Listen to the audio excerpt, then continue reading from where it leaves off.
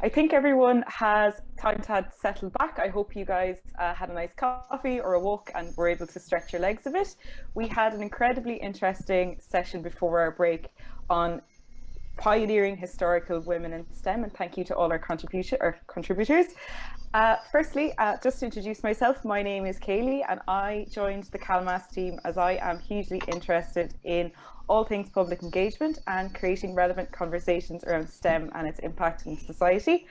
My background is in communications and I'm currently undertaking a master's in science and health communications.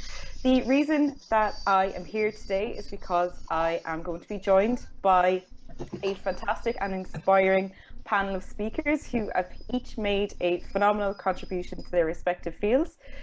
They are going to be talking to us about their STEM journeys and what they have experienced throughout their time in STEM. So first of all, I am joined by Professor Dervilla Donnolly. She has an incredible list of achievements and appointments throughout her time in STEM. To highlight but a few, Dervilla has supervised over 80 PhD students who themselves have gone on to create and contribute incredible things to their own fields. And she was the first female president to be elected to the Royal Society of Dublin after 258 years of male presidents. I am also joined today by Dr. Vida Hamilton. Dr. Vida Hamilton is the National Clinical Advisor and Group Lead for Acute Operations with the HSE, and she is a consultant anesthesiologist with the University Hospital in Waterford, an honorary senior lecturer with the Royal College of Surgeons in Ireland. And finally, I am also joined by Regina Moran, my apologies, who is currently the Vice President of Strategic Programs and Chains at Fujitsu. Regina first began her incredible engineering career at Waterford Institute of Technology. She is a chartered engineer and had served as the 192nd President of Engineers Ireland in 2014. So thank you all very much for joining us here today. Firstly, before we kick off, I'd just like to apologise if there's any interference on sound from any of us today. As we all know with Zoom, it can be a little bit hit or miss here and there, but thank you all for joining us today. What I would like to start off with basically is at the beginning. So I suppose, Dervilla, I'd like to start with you and I'd like to ask you, how did your interest in STEM begin and what motivated you to pursue a career in STEM industries? Well, it's quite interesting. When I finished my school, my Leaving Cert, I thought that I would like to do pharmacy. Quite simply because my father was very friendly with the pharmacist and the local doctor. And then at that time there was no qualification, official qualification in pharmacy. There was no degree. And at the same time my older sister was doing medicine and she was having a great time, so I thought what was rather important was to have a good life after you left school, so I wanted to go to the university. So the nearest to pharmacy that might be useful and helpful to me was, of course, science, and hence that was my choice. So I went to the university, and but prior to going, in order to assist, I privately trained in chemistry, a subject that was not taught in the Sacred Heart of Leeson Street. In actual fact, they had a science room beautifully equipped, but was permanently empty when I was in that school over the years. So it was very simple. I ended up with a love of chemistry, and as it turned out over the years, I moved forward along the line, not the official line at the time, because you chose, or you had a choice of subjects when you went into second year. But I always laughed, I always seemed to want to change things. But in my second year, or even though the first, I decided I wanted to do mathematics and biochemistry. And as there wasn't a group, I had to apply to the faculty, and I was allowed to go ahead, and it was opened up as a new project. So it was chemistry, biochemistry, and mathematics was my degree.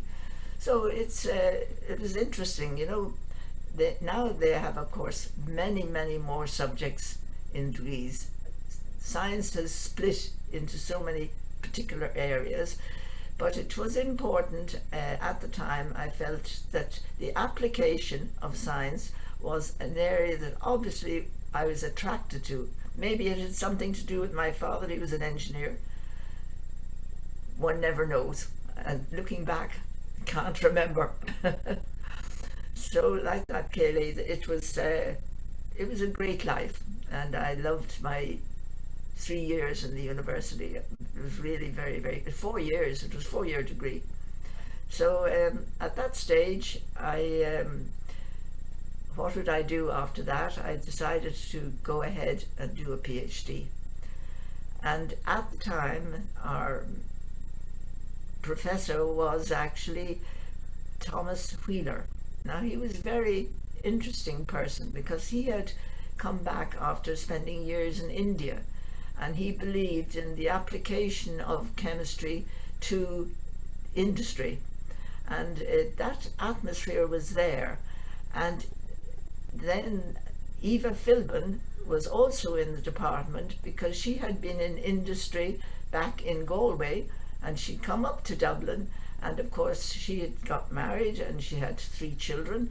But in the early days, this was before her 3rd child was born, I got to know her very well. And I must admit, she was a fantastic friend. Her whole family were friends because we all worked so well together. And I never thought about being in college with Eva Philbin, but when you look back, it was just a lucky, for me it was lucky, because we worked together. We did our PhDs together. And when Eva, believe it or not, she was a demonstrator and a lecturer, but she hadn't taken her PhD until the same time as myself. So it was interesting. She was a meticulous worker, and I learned a lot from her. But in actual fact, she had a beautiful, open manner and enjoyed life. And so this was a very pleasurable time, besides the ups and downs. But as well, that I think what was quite interesting, when you thought about it, there was Phyllis Clinch in botany, and there was Carmel Humphreys in zoology, and then there was Eva Philbin in chemistry, and Sheila Tinney in maths physics.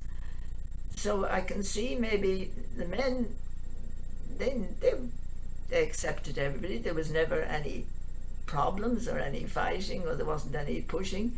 And those women, those 3 women, they were very different, each of them, but they each had something to give. There was no doubt about it. And each of them promoted the individual science fantastically. When you think about it, like every section, zoology improved under the woman, Carmel Humphreys, Phyllis Clinch in the botany. But I used to always laugh because we were the big department in chemistry, and Wheeler was a very strong leader, you know, and he was determined to bring industry into the system. And as a result, a lot of the projects that we're doing had the potential of applying to the School of Pharmacy, which was then being formed in UCD. And finally, they made the choice to go to work in Trinity. And then there was a rearrangement of all the university areas, and Trinity took the pharmacy, but UCD took the veterinary back from Trinity. So there was a change. It's incredibly interesting to hear that and hear the links with industry as well. And someone that we have here today that has incredible links with industry is Regina Moran. So Regina, I'd just like to ask you how your journey in STEM began and what motivated you to choose a career in STEM. Yeah, thanks very much. Hard to follow that, Dervilla. It's fascinating. Yeah, actually, it was quite simple. I went to a presentation convent school in Clonmel, and I hadn't done honours maths because they didn't teach honours maths in the school, or physics. But a guy came from Waterford Regional Technical College for a careers evening. and he talked about electronic engineering. It was a relatively new course that they were running. And it just kind of caught my imagination. I didn't really know what it was. I remember telling my parents that I wanted to do electronic engineering, and I don't think they ever got over it actually, because they wanted me to be a primary school teacher because I was doing honours Irish and I got an honour in it. But it was a big changing point for me. Now, I was a bit of a tomboy, I guess. I used to play soccer with the lads. You know, when you're growing up, whoever's on your street you play with, and my age group are all lads, they're all boys. So I used to play soccer and I was a bit of a tomboy. But having said that, it was a bit of a shock when I arrived in Waterford College from a convent school into, I think it was about 55, mostly lads in the class. And it was a bit of a culture shock. But that environment was extremely supportive. I don't know if I would have done as well if I'd gone to a much bigger college actually, because there was a very personal arrangement between the lecturers. It was a small college at the time, and that was really the start of it. I went on then to Cork, RTC or CIT as it is now, and then I got a job in industry. I suppose, you know, if I think about engineering as a career, I mean, I kind of gone to the business side of it, an MBA subsequently in DCU. I wanted from an early age to be a leader, to lead teams and companies. So I became CEO of Fujitsu in Ireland not that long after the MBA. And I suppose I had a managerial job, leadership job from the time I was 27, leading a team of engineers. So I just kind of felt that that's what I wanted to do. But I do believe that, a bit like Dervilla said, that engineering background, that start that I had, it just taught me kind of how to solve problems, to approach organizational problems actually in a kind of an organized fashion. And it kind of teaches you some of those disciplines, and you can apply them to any situation. So I've been incredibly lucky. I've traveled all over the world. I've worked in all sorts of places with all sorts of teams, and I'm in a global role now. And I think engineering was that passport. And I've got to think that people, like it transfers everywhere. It's the same language everywhere. It's not specialized to a particular country, maybe law is. So I think it's a great passport. So I've been incredibly lucky. I've had massively enjoyable experiences, and it was because I chose engineering. That's an absolutely incredible start. I think it just goes to show as well, as you said, you never thought perhaps maybe engineering would be for you, and then a chance happening upon a careers event, you know, changed your mind. And it's just goes to show, I suppose, how little interactions can have a big impact on people all throughout their early life, and of course, so on and so forth. I'd like to go next to Dr. Vida Hamilton. Dr. Vida Hamilton also, I believe, began as an engineer, although a different type of engineering. So, Dr. Hamilton, I'd just like to ask you how your career in STEM started, or how you first got interested in the STEM sphere, I suppose. Well, unlike my colleagues here, my school actually did honours maths, physics and chemistry for the Leaving Cert. So I had a really strong exposure to the sciences in secondary school, and I enjoyed them and you know, thrived within those classes. So for me, when I'd never heard of engineering, you know, I didn't know anyone who was an engineer, and one of my really good friends in school, sister, did engineering and loved it. And so I thought, well, you know, why not? So off I went into engineering with really no understanding of what engineers did. And I had, you know, earlier on been interested in medicine as a potential career, but I was a bit conflicted about going into it. So I took the engineering route. I had a fantastic time in college. I really enjoyed myself. I did not excel as a student in engineering, but I had a really, really good time. And what I found was interesting is now I'm using all of those things that I learned or didn't realize I was learning in engineering in my current role, and particularly in helping guide the hospital system during the pandemic. It's really interesting how that approach to problem solving, systems analysis, but also just understanding the basic principles of science and engineering have facilitated me in my current role. So I absolutely do not regret for one moment having done engineering. You know, life takes all different routes, and it took me a bit longer to graduate. I worked, I did engineering. I worked in research and development in Bradford. I graduated in the 80s. It was a terrible recession. It was really, really difficult to get a job.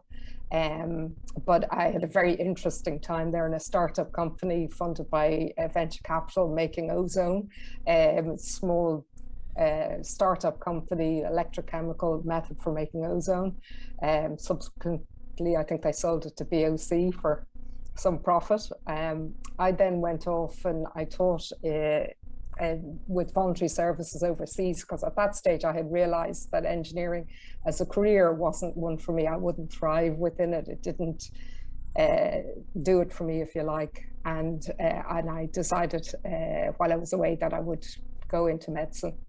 And so I did medicine. I became an anesthesiologist and intensivist. There are quite a few of us engineers in medicine. We're nearly always anesthesiologists or intensivists, and we're one of the few engineers, I suspect, that use the old Wheatstone Bridge every day at our work. And I thoroughly enjoy when I get my hands on a medical student, telling them all of the joys of the Wheatstone Bridge. So yeah, engineering is a very fundamental part of my life still. And may I ask, how did you find your transition going from being an engineer to someone in the medical field? Well, there's a lot of science and a lot of problem solving in medicine. So to me, it was seamless. I think that the grounding of engineering enabled me to be a much better doctor.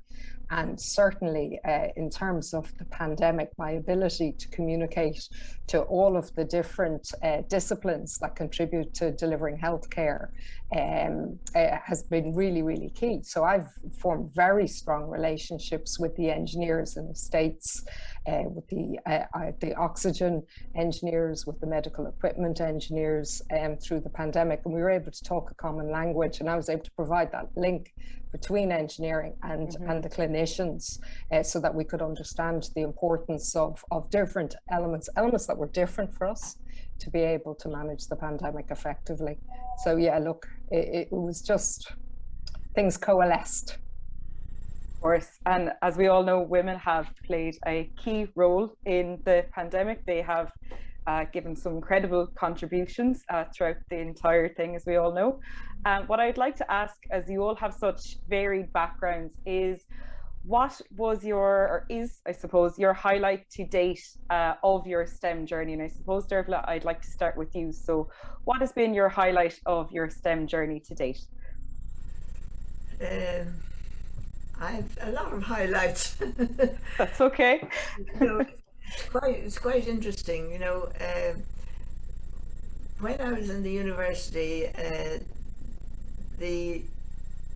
if you like, STEM, the need for the use of STEM to be, you know, began to really only start, you know, and as a result, I was invited on so many other occasions by the president of UCD to act as the chairman of interview boards. For some unknown reason, I did so many strange things, but that was one that was quite interesting. If I could list the names of people who are professors now, whom I actually sat on the interview board making decisions. It was always they left you with the chair. So of course you didn't have an opinion, so but you did get to know so many of people who became your friends. So from that point of view, I found that mixing with people was very important in STEM or in any other way of life. And I look back and think of it, that when I started as a student, we never had assistants, and we had technicians and we had attendants, but nobody made the coffee. We would organize and make the coffee. And at social functions, in other words, when we had visiting professors, I always believed that the men, the gentlemen students, they just took their cup of coffee, but they never thought of handing it to the visitors. And this became the job of Eva Philbin and myself. We were very sociable, and I always thought that handing a cup of coffee to a visitor had a great advantage later in life, because they were international visitors. And of course, when I went to the different European countries and when I was on the European Science Research Council, I knew all these people because I had fed them coffee when they were in Dublin. So you see, this is an advantage of being a lady. They enjoyed it and you got to know them. So from that point of view, it's a social process. And today you sometimes, excuse me, people are, they don't want to do things like that. They think that it's demeaning. It's not. It's a great advantage. Go with your cup of coffee and offer it to your guests, and you know the world very, very quickly. So from that point of view, I think mixing with, it doesn't matter who it is, I like people, and I like to know how people think, and particularly the students. Many of the students that came in when they were in trouble, they'd come to the ladies in the department, not to the men. And this, of course, was lovely for us because it was no problem to us. We knew the problems they had. So this is where women play a major part in any department, not just on their subject area, but on a more human approach to life. But that's life, isn't it? Yes, no, it is indeed. And I think what you've highlighted there also shows that you have great empathy. You know, you could be so far along in your career and yet you'll always take the time to engage and meet with everyone, which shows a fantastic display of empathy. And I know, Vida, you have also, I suppose, you deal with people all day long and of course a wide range of people. And I'd just like to ask you what your highlight of your STEM journey has been today. Oh, sorry, Vida, you're just on mute. Yeah. Rookie error. Right.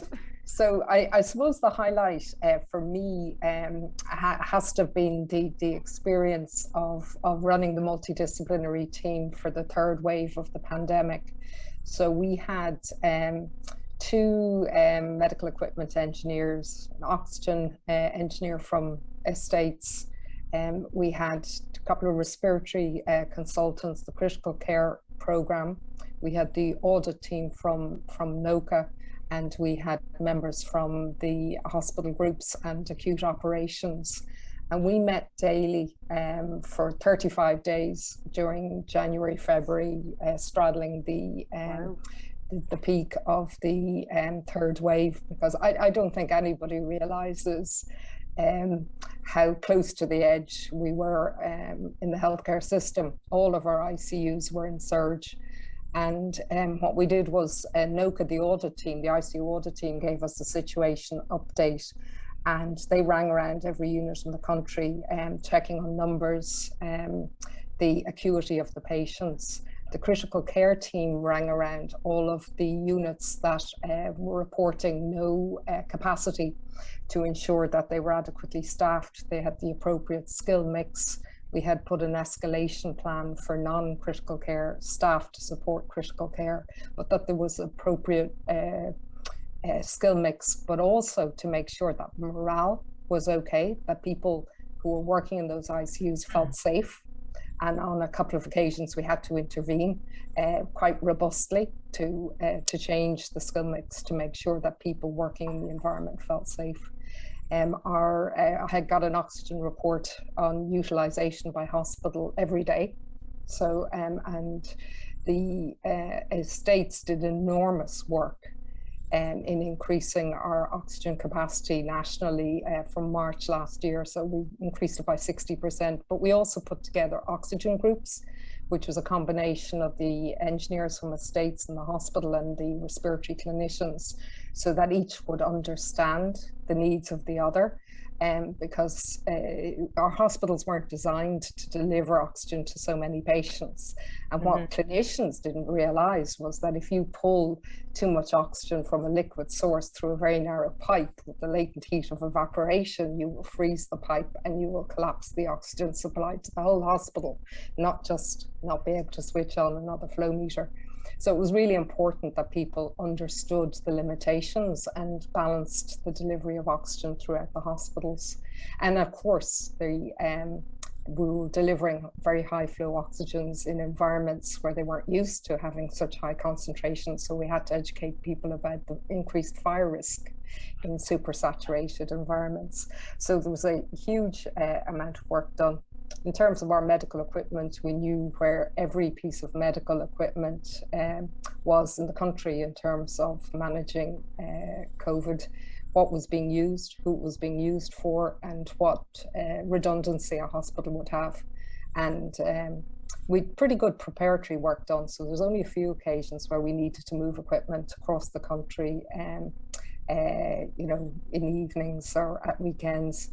But during January, February, we had to move 167 critically ill patients from one hospital to the other in order to make sure that the demand met the capacity and that people got the appropriate level of critical care. So of course, our critical care retrieval teams were an essential part of those meetings. So we met for an hour. It was highly efficient every day. We had a very clear view of the situation. We decided what actions that needed to be done. We enacted them that afternoon, and then we reported on the outcomes the following day. And we also encouraged sites who felt they were under pressure and that they weren't being listened to, that they could come directly to us and we would intervene if necessary. So we provided an open door for people because we were very concerned about morale. And if a unit fell over, the knock-on effect could have been huge. But we managed, we coped thanks to the incredible effort of everybody in the healthcare system. But it was a very exciting time and I hope we won't have to go through it again. I really, really hope we don't have to ever go through it again. That sounds like an absolutely incredible experience, and I'd actually just like to thank you on behalf of the Robert Boyle Summer School team, and I suppose everyone here today for everything that you've done within the health service, and you and everyone else that is involved in the health service. You've done an absolutely incredible job, and thank you for that. Oh, it's a team effort, as you know, Kayleigh, you know. So Regina, I'd like to ask you, you have quite a broad range of experience in managing lots of different teams, and I know you also sit on the HSE Committee for Performance and Delivery. So I'd like to ask you what your highlight throughout your STEM journey has been to date. Well, after that inspirational story, Vida, and I was only on the edge of that on the P&D committee, but it is a very inspirational story, and actually the power of cross-functional teams from different disciplines coming together to solve a huge problem. It just illustrated that so well. So well done to everybody involved. Yeah, I mean, it's hard to pick a particular thing, but I suppose two things came to mind when I was thinking about the question. The year I spent as President of Engineers Ireland was a fantastic year. I got to travel all over the country. I kind of focused on visiting girls' schools, primary schools and secondary schools, to tell the story about engineering and how important it was that people chose engineering. But it was a huge privilege to wear that chain of office. And actually the smaller kids loved the chain, a bit of bling, you know, they really liked the chain. And they listened to me because I was wearing the chain. But that was a great year, and I got to meet people, engineers all over the whole island of Ireland. And then the second one was when I moved to the UK back in 2015 to take over the CEO of the UK and Ireland position. And that was a huge privilege. There was a team of 14,000 people. Again, I got to meet people from all different backgrounds. We did a lot of, I suppose, support and charity work kind of in the background. So I got to meet people in prisons, people in centres for autistic children, you know, a lot of things that you wouldn't expect in a CEO job, kind of in the background. And it was a huge learning experience actually, to deal with so many different people from different backgrounds. So, and that was a huge privilege. They were the two, I had to pick two, but there's been, I mean, I've been extremely lucky to have had an amazing career and met so many wonderful people, and continue to. Today I'm dealing with people all over the world now. I'm at current role, and actually very close to, you know, the COVID situation, because we've got places in India, so we were through that. We lost staff in India through COVID, you know, and it just brings the whole world together almost, you know, that whole situation. So I think the diversity of meeting people, I think Dervilla mentioned it, it's all about the people in the end. That's what makes your career interesting. No, and I have to agree with you there on that. And I just actually would like to ask you, Regina, do you think women are more effective in cross-disciplinary teams? I don't think I'd say that. I think certain personalities are more effective as opposed to, I don't think it's gender specific, I'll be really honest. I think some people that I've worked with work better alone. They're more effective working by themselves on a particular topic, and then other people thrive in teams. So the real trick is to find the right role for the right person at the right time, allow them to succeed and be open. I think the word empathy was used. I think you have to be very empathetic to the individual, and you know, careers are not a straight line. They're quite windy paths, and people sometimes are more effective at certain points in their life as well, depending on other factors. So I think the hardest thing actually is to when you're leading teams is to have that listening capability and match the person with the right role. Because most people want to do a good job, most people want to succeed, but sometimes, you know, people are in just the wrong role. So some people are put into these team environments and they're uncomfortable with that, and they don't thrive. So I think you have to be, so I don't think it's a gender thing really, Kayleigh. I think I've met all sorts of people in my life, and I think some people just work better in teams. That's fair enough, completely. And I think something that you touched on there is, in communications, oftentimes we forget that communications, you know, is a two-way street, and not only do you speak, but you also have to listen as well. And, you know, that is absolutely incredibly important. It's something that Dervilla had touched on briefly when she spoke last, but I'd just like to ask, have you felt that there has been, let's say, any advantages or disadvantages to being a woman in a STEM or health background or setting? So Dervilla, you touched on it first, so I'd just like to pose that question to you. No, actually, you know, when I think of this STEM, you know, I often wonder really, you know, was there a need to get so hot about the collar about STEM? Women had, you know, when I started, many of them in fact didn't carry on with their education after school. They went into jobs or got married. It was much more common, but particularly they took jobs like you know, maybe not very interesting jobs. While just if you stayed on in the university, of course, the world opened up for you. And so from that point of view, I think that women have always been there. They've always been very positive, and they've always been very successful. But the gentlemen maybe didn't recognize it, or they wouldn't say anything about it. But have you noticed even currently today that the gentlemen are very quiet about the ladies in STEM?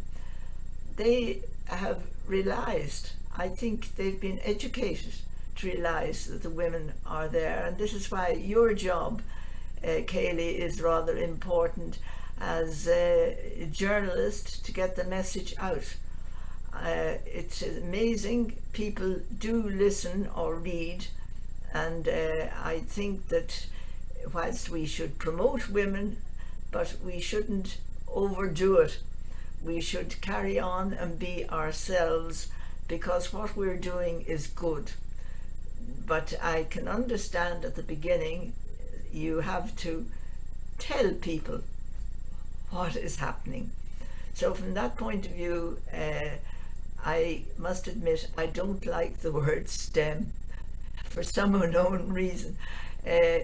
I don't think that there's a need to promote, and yet I do believe initially there was. But now we are there, and people know we're there in today's world. So I think the men have been very gentlemanly over the years, and they have kept very quiet when the ladies are getting a bit irritated. And the ladies are naturally enough irritated if they're not recognised. But we are recognised today. There is no, I've only looked at my two colleagues here. Look at what they're doing. Look at what you're doing. The world is open to us, thank goodness. So from that point of view, STEM has done its job. Let's now add the tidbits and make it even happier. And I think that's a very interesting point, and the theme that might actually be followed on along through in our final session, where Dr. Sheila Donegan will talk to Ruth Freeman and Eucaria Meehan and Jocelyn Bell Burnell about where do we go from here and where do we go now. So that's a very interesting point. I'd just like to maybe ask you, Regina, do you feel like there has been any advantages or disadvantages to being a woman in STEM? I actually think it's been, on the whole, advantageous, because certainly in the engineering field and certainly in the technology field, for the first, say, 20 years of my career, there was very few women in senior roles. I think that has changed, and to Dervilla's point. And actually, if you go to a conference or you go to a large meeting with hundreds of people and you're the only woman, people tend to remember you. Because I tend to wear bright colours, and there was all these guys in suits, dark suits and white shirts. So I kind of stood out a bit and was able to make more of an impact, and often got to speak at events because they didn't have any other women to speak. So I found it, you know, ironically, if you think about it, a bit of an advantage. I do think that has changed a lot now. And I think there's an awful lot of women in senior roles in technology companies, for example, in CEO roles, etc. So it has, you know, completely changed. But I've never found it a disadvantage. I've never felt, you know, an effect where I couldn't be what I wanted to be because of gender. Mm-hmm. And I suppose, Vida, I'd just like to ask you as well, within your time in, let's say, even engineering or in the medical and clinical side of things, have you felt there's been any advantages or disadvantages to being a woman in your career? Well, I guess I had a slightly different experience than Dervilla and Regina, certainly in the 80s when it was really, really hard to get jobs. Like I went to interviews where people said, well, why should we take you on and train you up when you're just going to go off and have babies? That was said to me by a major multinational company in Ireland. And I in the UK, I was told I had two problems. One, I was Irish, and the other, I was female. So people in interviews. So I think that I think things have improved an awful lot since then. But I do think that type of barrier, which is so overt, I think that legislation against that kind of barrier is really important, and it has actually denormalized that type of behavior in the past 30 years. And I think that's critical. I do think that there's still significant pay gaps between men and women. And it's not necessarily specific to particular specialties or professions.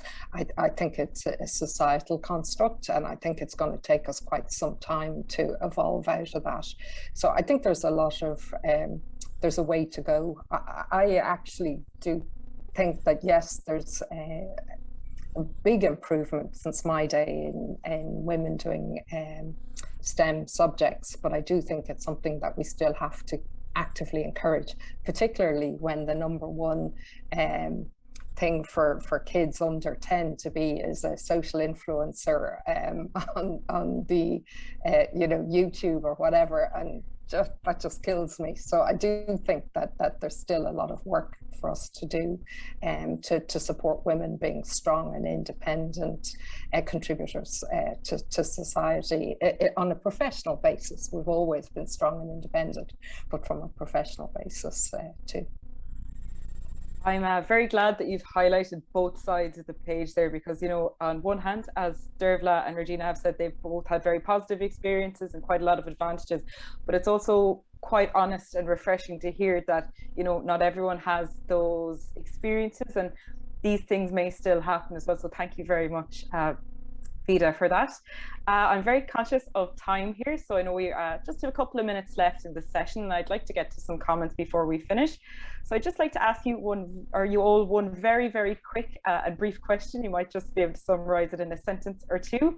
But I'd like to ask you before we wrap up today, do you have any advice or recommendations for someone who is thinking about embarking on a career in STEM? And I'd just like to start with you, Dervilla.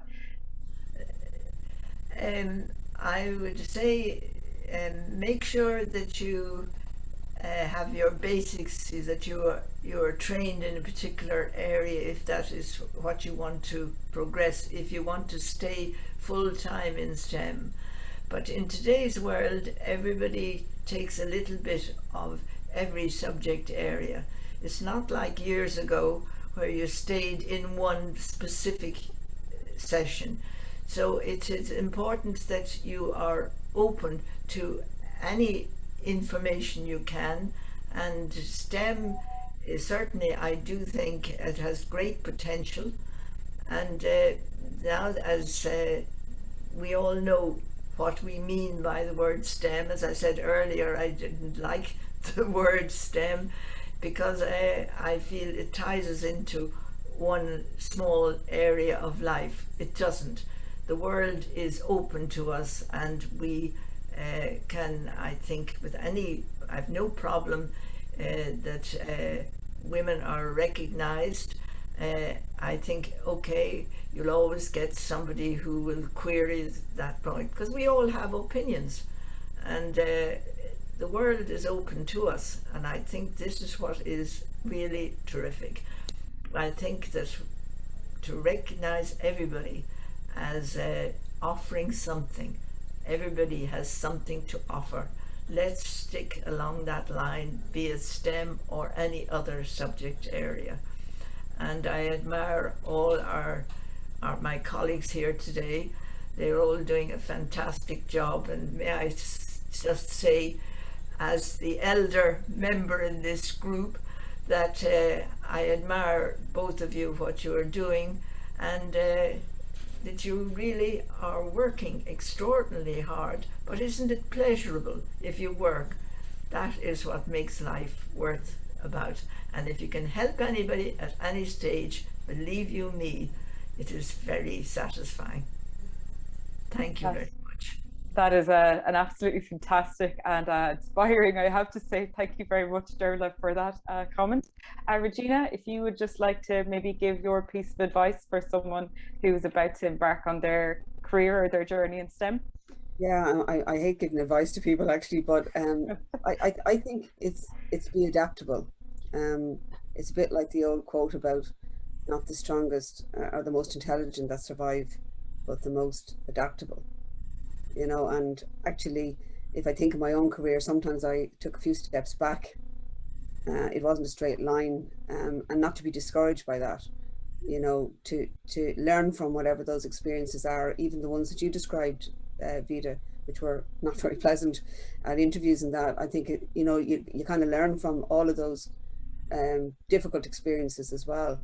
But don't expect your career to kind of go in a straight line and be without any setbacks, and it's how you deal with the setbacks that really determines how successful you can be.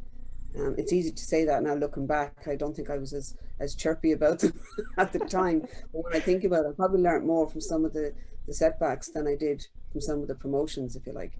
And just be adaptable and always scan the horizon for opportunities, and it may not be, as I said, one straight in front of you. It could be one to the side or behind, but maybe it's the one that you learn more from. I think that's a very important point to make. You know, I think failure kind of once you've been through something like that, it really shows the bones of that, or who you are as a person and how you deal with it as well. So I suppose, Vida, I'd like to give the last words to you. So if you have maybe any advice, or perhaps even if you don't like giving advice, a nugget of wisdom that you would like to share with anyone that would be thinking about embarking on a career or a journey in STEM. Well, I just want to agree with Regina. Don't be afraid to change direction. Don't be afraid of change. Do something that you love. If something isn't working out for you, well, pick up your socks. Life is an adventure. There's always something around the corner. My career has taken so many paths. I've, been sepsis lead. I've been involved in the pandemic. I've been a dubious engineer. And I've enjoyed every minute, and I've learned from every minute of it. So yeah, life's exciting. Enjoy. Thank you so much to everyone on our panel here today. I am very sorry that we don't have time to get to some of the comments from our participants, but if you would like to read through them, please, they're absolutely fantastic. I'd just like to extend a very big thank you to our panelists here, Professor Dervilla Donnolly, Dr. Vida Hamilton, and Regina Moran. Your stories and your journeys have been so incredibly inspiring, and the contributions that you've made to your respective fields are just beyond words. So thank you.